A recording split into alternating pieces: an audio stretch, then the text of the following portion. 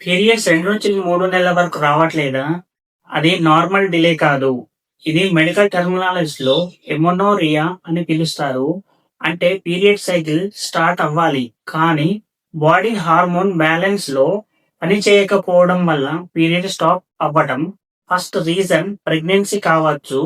So test compulsory. ఇది లేకపోతే next common reason PCOS, thyroid problem, stress, సడెన్‌గా weight loss, heavy gym workout ఇవన్నీ బాడీకి షాక్ లా పనిచేసి సైకిల్ ని బ్లాక్ చేస్తాయి.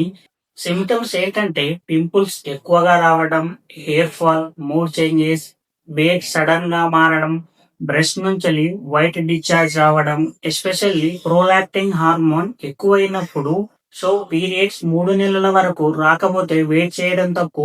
బికాస్ ఆ గ్యాప్ లో ఆ ప్రాబ్లం ఉంది అని చెప్తుంది. ఇప్పుడు నేను చెప్పబోయే టెస్ట్లు అయితే చేయించుకోండి కంపల్సరీగా. Pregnancy test, thyroid test, prolactin levels, FSH, LH, hormones, అలాగే పీసీఓఎస్ స్కానింగ్ కూడా ఉంటుంది. ఇది కూడా చేయించుకోండి. ట్రీట్మెంట్ బట్టి ఈజీగా జరుగుతుంది. థైరాయిడ్ ఉంటే టాబ్లెట్స్, పీసీఓఎస్ ఉంటే లైఫ్ స్టైల్ మెడికేషన్ అవసరం. స్ట్రెస్ ఉంటే స్లీప్ అండ్ ఫుడ్ కరెక్ట్ చేస్తే చాలు. సో పీరియడ్స్ ఆగిపోయినా పానిక్ అవ్వాల్సిన అవసరం లేదు. ఇగ్నోర్ కూడా చేయకండి. కరెక్ట్ టెస్ట్, కరెక్ట్ ట్రీట్మెంట్ ఉంటే సైకిల్ నార్మల్ గా స్టార్ట్ అవుతాయి.